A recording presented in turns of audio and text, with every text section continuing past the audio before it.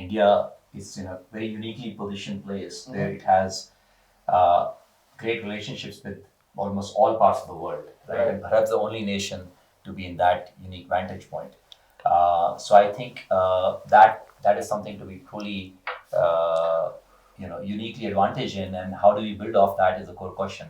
So from building off what Honorable Secretary said, I think there are 3 or 4 vectors on which India can certainly do well. One is the big Make in India story, where what you need to do is how do you make it more and more tangible. I mean, for example, if I was to take the recent Foxconn example, where there's been big dormitories being made for talent. One of the big questions is you come manufacture in India, how do you get the talent, right? Yeah. So to me, that's an interesting example where you're creating at scale talent place. Can we do more of those? And that inspires people, right? I mean, I would like to put it out there. The second one is you talked about make for the world. I think that's another possibility. And I think there, even the digital infrastructure that India has built, particularly UPI, has been a great poster child for India all across the world. And I think that stands out. But I think then let's talk about 2 other things which are interesting. One is this whole shift to AI. I think that makes also the shift from products to services world. And in that shift, India, which has historically has a strength in services, could actually also get advantage in that shift. There has been, I mean, I'm sure at some stage we'll talk about some of the constraints.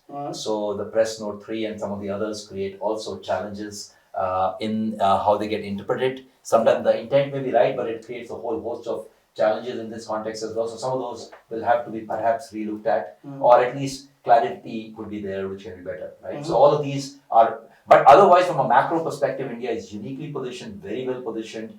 Every model we build shows that the next 10 years, particularly on trade, India probably should have the fastest growing trade compared to any other part of the world.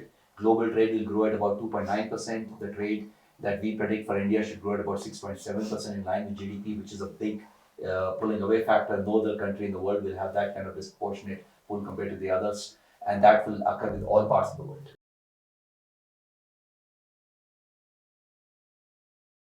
So firstly, the interest level in India is at an all-time high. I said this before, and there is more. And Sanjeev talked about the Global Capability Center. That's a great indication of that.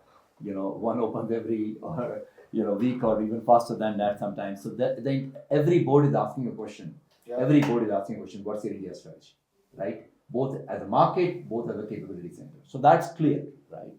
I'm sure in many form the shape of the AV story on having a Chile or whatever the country every year. So all that is playing out. I think the plain point is India has become easier to do business, but continues to be hard.